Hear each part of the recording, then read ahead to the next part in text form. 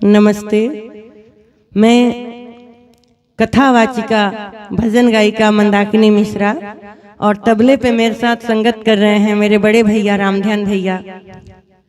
अभी मैं जो भजन लेके आई हूँ आपके सामने, ये सामाजिक गीत है और हमारे समाज पे ही आधारित है। अभी हम लोग जो पश्चिमी सभ्यता की ओर बढ़ते चले जा रहे हैं, तो अपनी धर्म अपनी संस्कृति हम लोगों को क्या सिखाती है, उसी पे आधारित ये भजन है। आज हर घर में कलह का वातावरण बना हुआ है। हम समझ नहीं पा रहे हैं कितना कलह हो क्यों रहा है। हम लोग राम कथा सुनते हैं, कृष्ण की कथा सुनते हैं, लेकिन कभी उनके मार्ग पे अनुसरण नहीं करते। इसलिए हम लोगों के जीवन में शांति नहीं मिलती। कथा तो सुन लेते हैं लेकिन उनके मार्ग पे चलते नहीं। एक कथा आती है प्रज्ञा पुराण में।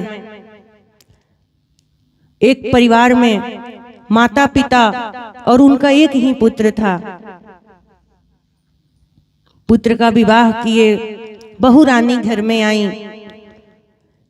कुछ दिन ठीक ठाक रहा, फिर धीरे धीरे कलह का माहौल बनने लगा। बहू रानी को काम करने से तकलीफ होती थी, मैं इतना काम कैसे करूं अकेले। माँ बुजुर्ग हो चली हैं, मैं 3-3 लोग का भोजन कैसे बनाऊं, हमसे नहीं होगा।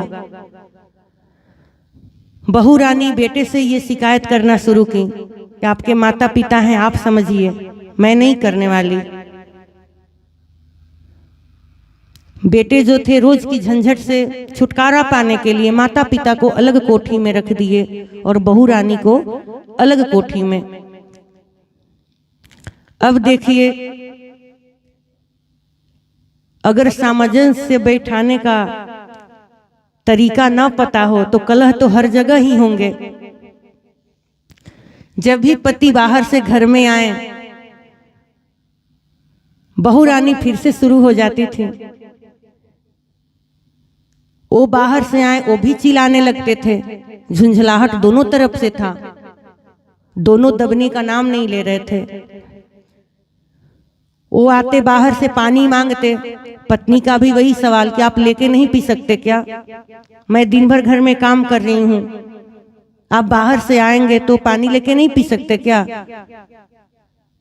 पति का भी वही कि मैं बाहर में तुम्हारे लिए ही तो काम करने जाता हूं कि मेरे परिवार में सभी सुखी रहें, मैं किसके लिए जाता हूं।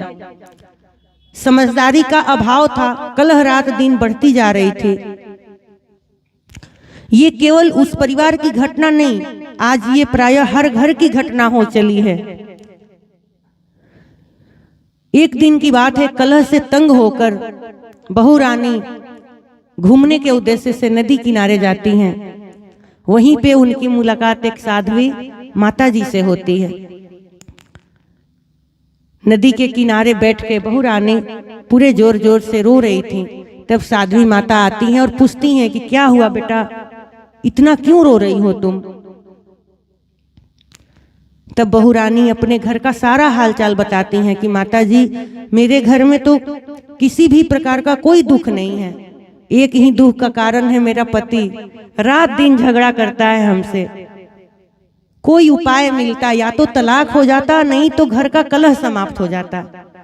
साध्वी माता जी बोली कि मेरे पास उपाय तो है, लेकिन घर का कलह समाप्त हो सकता है, तलाक तो मैं नहीं करवा सकती।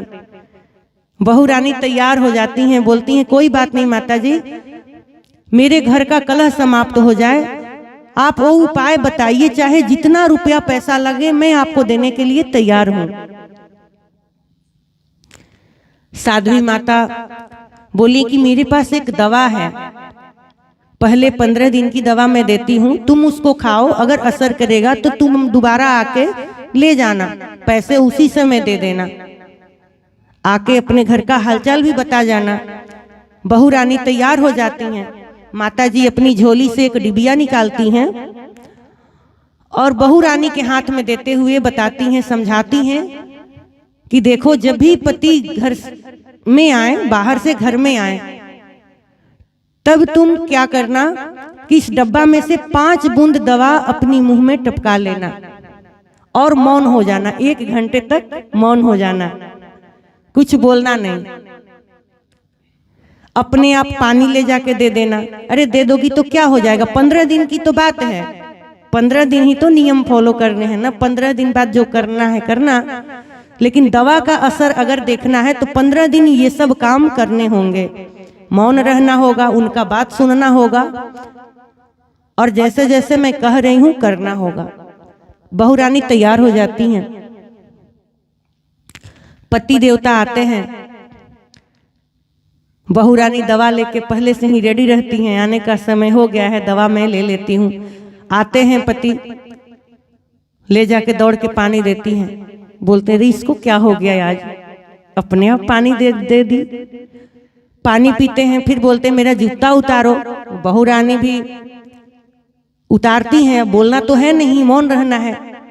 आधा घंटा पति परेशान तो करते हैं, डांटते भी हैं, लेकिन बहू रानी मौन रहती हैं। आधे घंटे बाद वो अपने आप अकेले कितना बोलेंगे, बोल के थक के चुप हो जाते हैं। भोजन पानी करके दोनों अपने अपने कामों में लग जाते हैं। 3-4 दिन बीते, पति को भी ये एहसास होने लगता है कि मैं शायद गलत हूँ, अभी तो ये सब काम कर रही है फिर भी मैं इसको डांट रहा हूँ, यानी कि मैं गलत हूँ।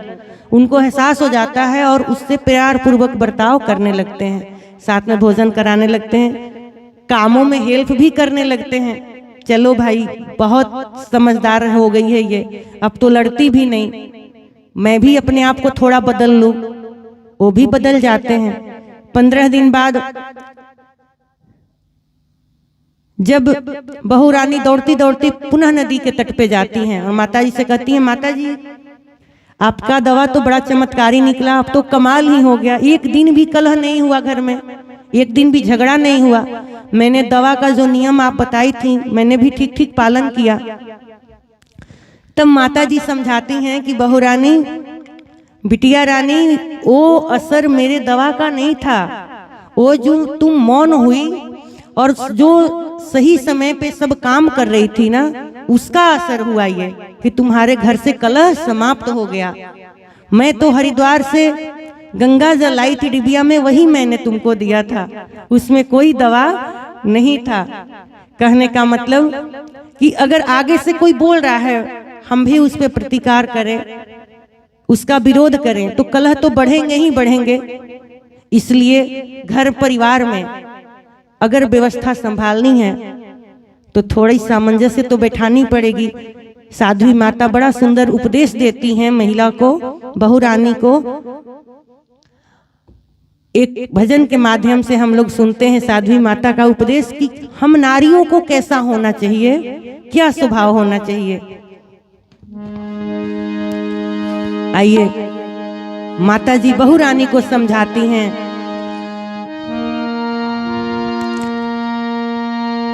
घर ही के मंदिर बनैबो, घर ही के मंदिर बनैबो, तीर्थ करे बाहर न जइबो। घर ही के मंदिर बनैबो, तीर्थ करे बाहर न जइबो। बाहर न जइबो, हम बाहर न जइबो, बाहर न जइबो, हम बाहर न जइबो। घर ही के मंदिर बनैबो, तीर्थ करे बाहर न जइबो। घर ही के मंदिर बनैबो, तीर्थ करे बाहर न जइबो।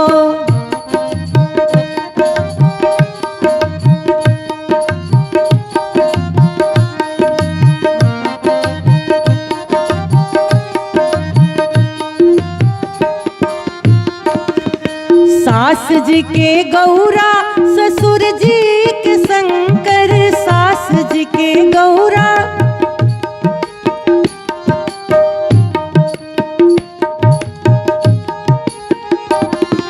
सास जी के गौरा, ससुर जी के शंकर, पति जी के विष्णु बनैबो, तीर्थ करे बाहर न जइबो। पति जी के विष्णु बनैबो, तीर्थ करे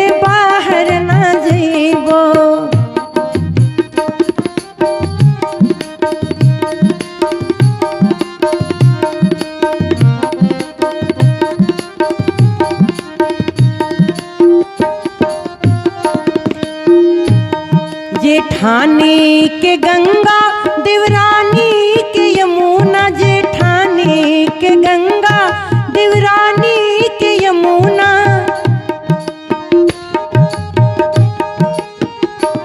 जेठानी के गंगा देवरानी के यमुना, ननद जी के हाँ हाँ ननद जी के तुलसी बनैबो, तीर्थ करे बाहर ना जइबो।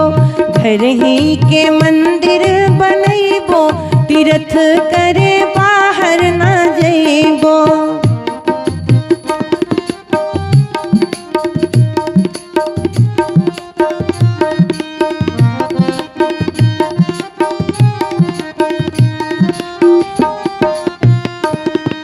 मीठी मीठी बोलिया के घंटी बजैबो, मीठी मीठी बोलिया के हाँ मीठी मीठी बोलिया के घंटी बजैबो। प्रेम से भोग लगैबो, तीर्थ करे बाहर ना जइबो। प्रेम से भोग लगैबो, तीर्थ करे बाहर ना जइबो।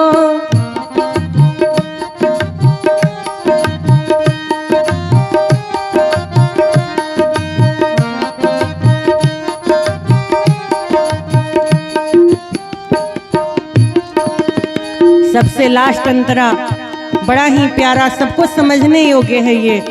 अगर औरत चाह जाए ना तो अपने बच्चों का संस्कार का निर्माण कर सकती है। अगर पिता रावण हो तो बच्चे राम कहाँ से पैदा होंगे जी? फिर तो मेघनाथ ही आएगा ना घर में। इसलिए अरे अपना ललन के हम लौकुश बनैबो, अपना ललन के हम लौकुश बनैबो। मुनि जी के घर ही बोलैबो, तीर्थ करे बाहर ना जइबो। मुनि जी के घर ही बोलैबो, तीर्थ करे बाहर ना जइबो। बाहर ना जइबो हम बाहर ना जइबो, बाहर ना जइबो हम बाहर ना जइबो। घर ही के मंदिर बनैबो, तीर्थ करे बाहर ना जइबो। घर ही के मंदिर बनैबो, तीर्थ करे बाहर ना जइबो। घर ही के मंदिर बनैबो, तीर्थ करे बाहर ना जइबो। घर ही के मंदिर बनैबो, तीर्थ करे बाहर ना जइबो।